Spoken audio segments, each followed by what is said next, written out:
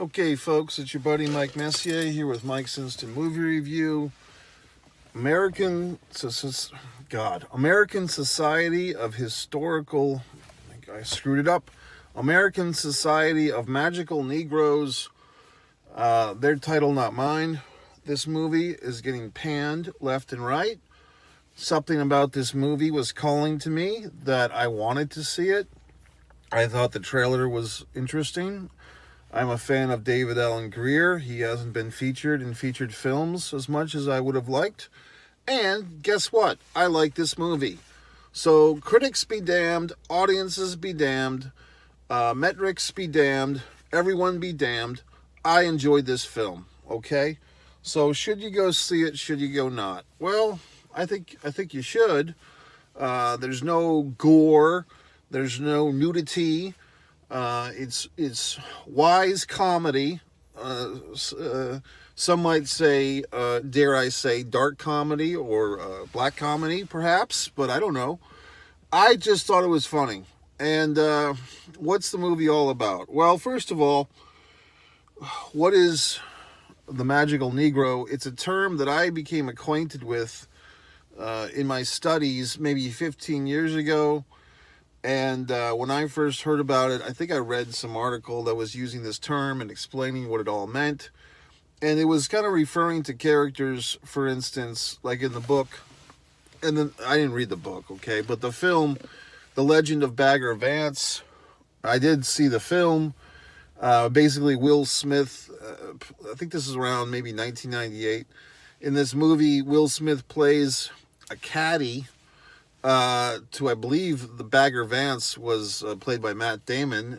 I believe Bagger Dance was the golfer and the caddy was someone else. Or maybe I got that flipped. Maybe Will Smith's character was Bagger Dance. But in any event, the caddy is kind of like this spiritual buddy that's helping the main guy, white guy with this problem, which I think was just his fucking golf stroke, okay? You might say, dare I say, Jim in Huckleberry. Is it Huck Finn and Jim, or is it Tom Sawyer? I think Jim appears with both of those assholes, but the one where they go down the river, I think that's Huck, like that term. I'll be your Huckleberry. So I think Jim might be in that context. To an extent, perhaps, the John Coffey character, Michael Clark Duncan, I think he won an Oscar for that in The Green Mile. You might say that's... So basically these characters that are kind of somehow closer to gods, closer to the angels of an African-American descent, and... oftentimes these characters are there to give some type of spiritual insight to the white character in trouble, in peril. The white character that needs to figure some shit out, can't do it on their own, so they bring in the spiritual Negro, or the magical Negro in this case. And you might say the reverse of this is the white savior character, which other films have been accused of having. There was one recently, I think Dune 2, there's some, claims that this is a white savior complex film. Now, at some point you have to say, and there is a point where you say, well, gee whiz, if every fucking character is going to be classified by the color of their skin, their pigmentation, the melatonin in their skin color, how can we have any characters? You know what I mean? If every goddamn character is just going to be reduced to some type of classification, then how are you going to write anything? Well, that's a good point. See, I'm full of good points. However, there does seem, if you go through the catalog of popular media, there does just seem to be a disproportionate amount of characters that have like this, spiritual or magical essence. And hence we have this term, okay, which I did not invent, but I have been aware of this term. In fact, in my own wonderful screenwriting, of which I am a wonderful screenwriter, I'll say that, one of my screenplays, God is My Best Friend, there is a joking reference to the term I use the term in that script spiritual Negro, not magical Negro. I believe. I'm trying to remember which term I use, because to me they're kind of interlaced, or one could be used for the other, or whatnot. That was the character of Moses saying that to the character of Jude. It's a very funny script. If any film producers are watching this video, you should buy it from me, so then I don't have to worry about it. And I can go on with other wonderful scripts. In any event, let's go back to this movie.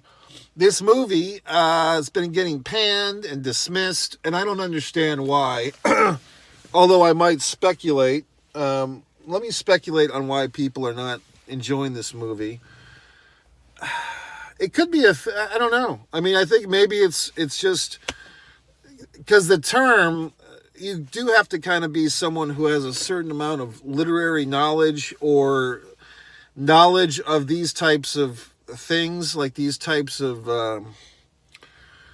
because this is kind of like a literary commentary, this concept of the magical Negro. It's kind of like, I don't know who came up with it in the first place, but if you weren't familiar with the term, it might be offensive, or you might be confused, or why are they using the word Negro instead of, and even the character in the movie says that, black people, why? Well, I don't have all the goddamn answers, okay?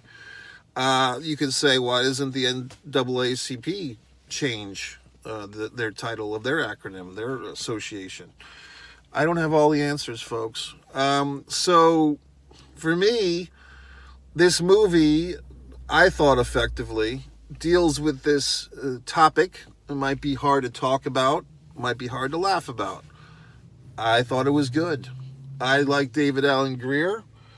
I think of all the folks in Living Color, 30 years ago, I guess maybe 35, David Alan Grier, probably in my book, one of the most talented, and I don't think him and Tommy Davidson, I don't think they've had their, in my opinion, share of good fortune in this crazy world.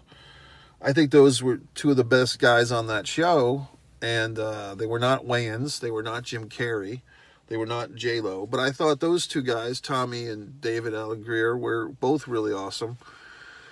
So it's nice to see David Alan Grier with a very strong role in this movie. He kind of is our gateway into the world of the magical Negro society. And I don't know. I just thought that the whole thing was funny. I would say that against, the movie, perhaps the joke of it drags on a little bit more than it has to. Perhaps the movie is maybe 10 minutes longer than it needs to be. I don't know what specific 10 minutes I would cut out, but it could have been tightened a tad. Spoilers. We do have this kind of love triangle going on. The actor that kind of played the entitled white guy, he was recently on a show that I watched. I kind of, what's that term? When you watch a show all at once. God, I'm losing my mind. It's like binge watched the show, The Other Ones, about the two older kids of a famous Justin Bieber type pop sensation. Very funny show. Who's that SNL, Saturday Night Live actress that I like? Molly Shannon plays the mom. Very funny show. You should check that out. But actually, check out One Man in the Camera Films, my other YouTube channel first, where all my wonderful films are. Check that out before you check out this other bullshit. With my stuff, it's all available for free, okay? What else? I don't know. This is the type of movie I like. It's kind of, and I wonder if this movie in the future will get some love from people. Will they remember this movie fondly?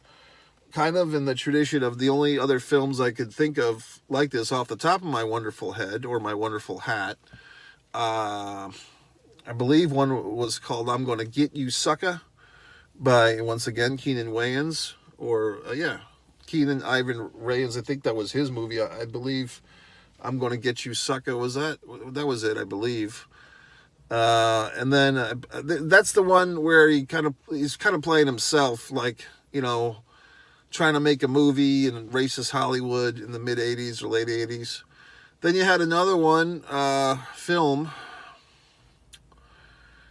that was kind of, oh God, I just had it. It was also, well, Soul Man, sort of. I mean, Soul Man was different. That's going back to the late 80s. But that tried. I mean, some people don't like that movie.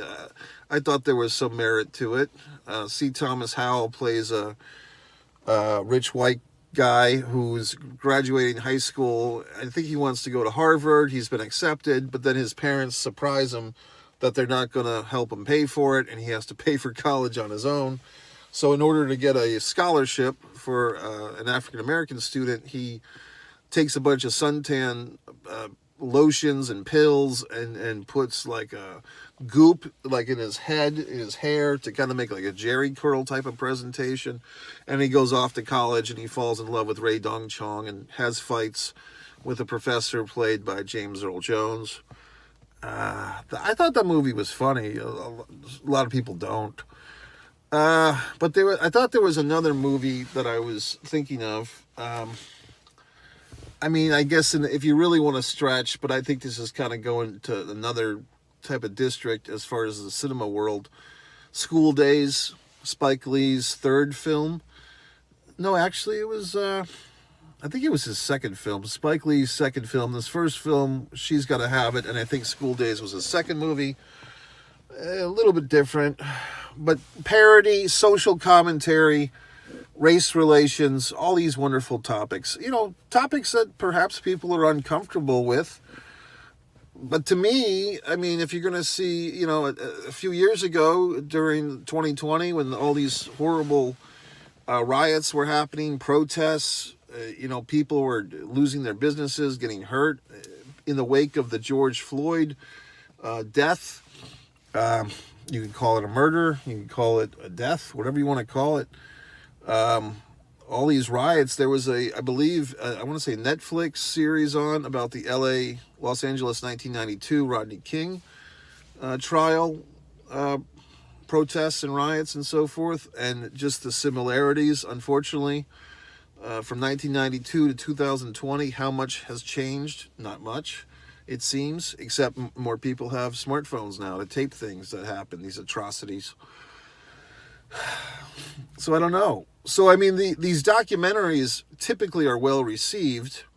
You know, people want to see this stuff. But when you go into the realm of comedy, and I don't think that this comedy or the other ones I aforementioned listed, I don't think any of them were trying to make light of these situations, but trying to present the topics with some levity, some insight, yes, God forbid, some humor, you know, trying to, because that's how people communicate. You communicate in different ways. You can have a documentary which shows, you know, actual footage. And even the documentaries a lot of times now have slants to them that the filmmakers go into making their documentary with some type of slant, some type of agenda. You can blame Michael Moore for that. He kind of started that. You know, a real documentary just gathers all the information and then makes the movie to document what is happening. But these days, a lot of documentaries are agenda-based, and that's fine. You know, some of them are very entertaining. But going back to this movie, to me, when you deal with these topics with humor, with levity, with characters, character development, relationships, I think it's good. I mean, I think that's the way to go. So I applaud a tip of the old baseball cap to whoever wrote this thing, directed this thing. The lead actor, the guy that played Aaron, I thought he was effective, meaning I thought he did well. As I was saying in my review a couple of days ago of the horror film, whatever it's called, The Prank, I didn't think the lead actor in that one was particularly effective. I thought the lead actor in this, Aaron, I don't think I've ever seen him before. Maybe I have, I don't remember. I thought he did well. I think he was likable enough. I thought that he was kind of a representation. I don't know if you'd call him a millennial or Generation Z or whatever the fuck, but like your typical 28 to 32-year-old male in America these days kind of has this awkward situation. You're being told all these different things, told to to be a good guy, told to be a bad boy, told to do all these goddamn things. You can't figure it out. The love triangle I thought was interesting. And, look, I am obviously not black myself. However, being kind of put in this position where you're supposed to be subservient or put your goals and interests and agendas secondary to someone else, I can relate to that. Perhaps you can too. If you've ever been a friend of someone who's very self-centered, if you've ever been the younger sibling of someone who's always doing things and you're always kind of in the shadow, or whatever the fuck. I think a lot of people could relate to this, of all ethnicities. The magical elements of this film I thought were kind of fun. Spoiler. I would say that I thought they kind of cheaped out a little bit. They might have saved on some production values, because a big gimmick in this movie, if you've seen it, is that the girl, of course there's always a girl, she ends up at, she has like this little girl fantasy, or this woman fantasy, of being romantic on the top of the Empire State Building. It's like a little inside moment that she and the character of Aaron share. The guy, Jason, the white guy, doesn't quite fit into that little inside thing. And then at the end of the movie, Aaron kind of magically takes her to this top of the Empire State Building. And then when he kind of gets stripped of his magical Negroes status, the other guy, David Allen Greer's character, tells him, hey, you left the girl behind. You left her not in Los Angeles, but at the top of the Empire State Building. So for me, it would have been more heroic at that point for our buddy, our lead guy, Aaron, to have to like go from Los Angeles, go get on a fucking plane, go through all the bullshit in New York City, hop in a cab or a Uber or whatever the fuck they have now, a Lyft, and get to the top of the Empire State Building, where our, damsel in distress is still damseling and distressing. I thought that would have been a more heroic situation for our guy there. And, I probably would have done that had I been in charge of this whole thing, which I wasn't. The way that the movie handled it is basically our girl there, very lovely actress. I never saw her before either, but she leaves a bunch of messages for the voicemail of Aaron, and she basically finds her way home. Like, she gets from the Empire State Building off the top into the building, gets herself a cab to the fucking airport, buys her own ticket home, and flies home to LA. Although we get a little bit of a button at the end, once again, spoiler, that she's got a little bit of magic herself. She's in So Swag. I believe it was Society of Supportive Wives and Girlfriends, which I thought was a nice touch, because it was a callback to early in the film, maybe within the first 10 or 15 minutes, or maybe a little bit later. She drops her purse, and this kind of ring falls out of her purse that has So Swag, and then her and Aaron have a big chuckle about it. And we just think it's some just gimmicky type of, goofy, early 2000s shopping mall piece of junk jewelry, but in fact, it's a real thing. And if you think about it, that's another type of character, the girlfriend, the wife. I was making commentary once again in one of my other film reviews that, Marcia Gay Harden and the lady that was in some other movie I just reviewed with the redheaded people. God, what movie was that? But some movie I saw where like the people had red hair. The woman was always in the 90s playing like the wife of the girlfriend or whatever. So the point is, I thought the movie was good. I think like if you have a certain level of, I don't want to say film education. I don't think you need to be educated formally. But if you've just heard this term, if you've experienced shows, I'm trying to think of other examples, but I think I gave you the best ones. I think the Bagger Vance one is really the most clean example of this thing. I think you could see what I'm saying. Now, I mean, you could look at the Flintstones, and they had a little gizmo guy. I'm trying to remember, who's the little fucker on the Flintstones? The late seasons, Gazoo or some horse shit. The little green guy, I mean, you could say, the Magical Society of Green Guys or the American Society of Magical Green Guys. But he was kind of a pain in the ass, too, if you remember the green fucker that was always above their shoulders. And there's other characters, obviously, in other movies that were not Negroes or black people, whatever you want to say here, magical.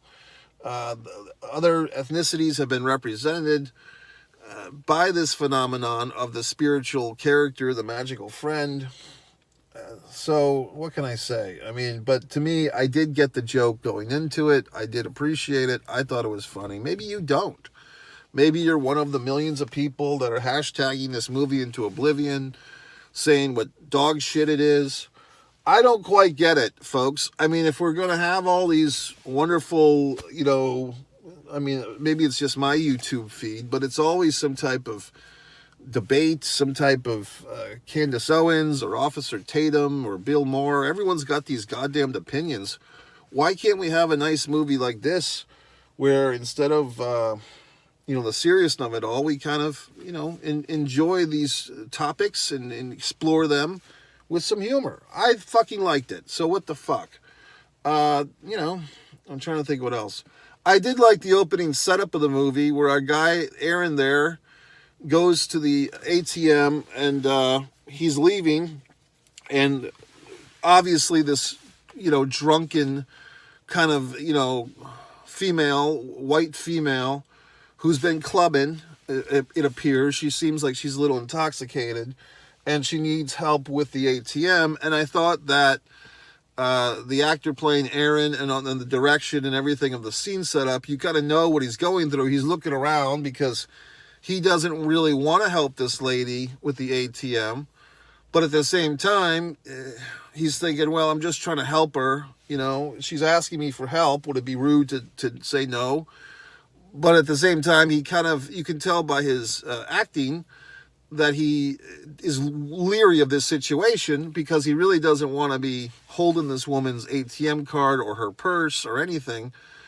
And then these, white bar guys come out of the shadows and they think that he's robbing her and so forth. And that's when David Allen Greer's character comes in and saves them and off to the races we go. So I thought that was a good setup. The part early on when there's like the white cop guy with a problem who's he's depressed because he's not cool enough to go clubbing, and when he shows up to go to the club, he's like got a blue button-down shirt that's tucked into his pants like an asshole. And I thought it was good. That was kind of Aaron's first opportunity to kind of, pull the magic, loosen the guy up. I thought what he was going to do was kind of like unbutton the guy's top button on his shirt, or maybe like untuck his shirt or something just to jazz him up. But instead they kind of did the thing where Aaron possesses the bouncer's mind for a moment. I thought all this stuff was pretty good. I mean, like I said, I really don't understand. I mean, of all the to me, this is one thing, folks. I pretty much am pretty forgiving of these films. I'm kind of an easy mark to like a film, but I do see once in a while a movie's getting crucified. Madam Web just a few weeks ago, maybe a month ago, was getting crucified, and I went to see it, and I thought it was fine. I thought it was like, hey, this is better than most of these comic book fucking movies.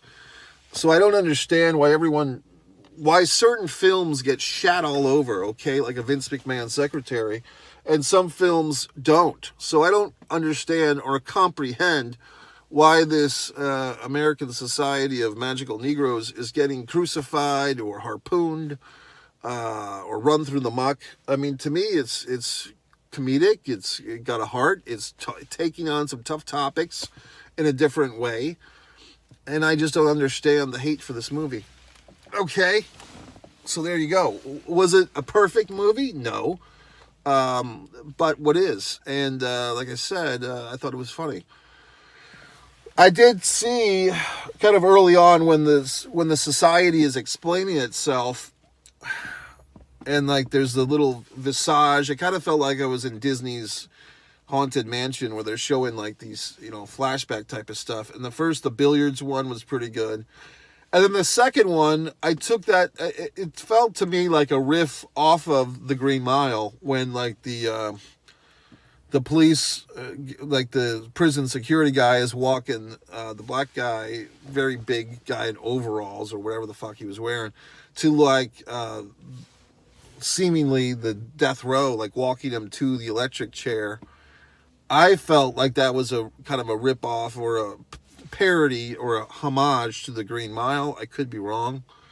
But like the recurring joke of the black guy touching the groin of the white guy in peril, so the white guy could go and satisfy his wife. I mean, to me, this is funny shit, okay? I mean, that kind of, I thought of like The Green Mile where Coffee had like the power in his fingertips or whatever.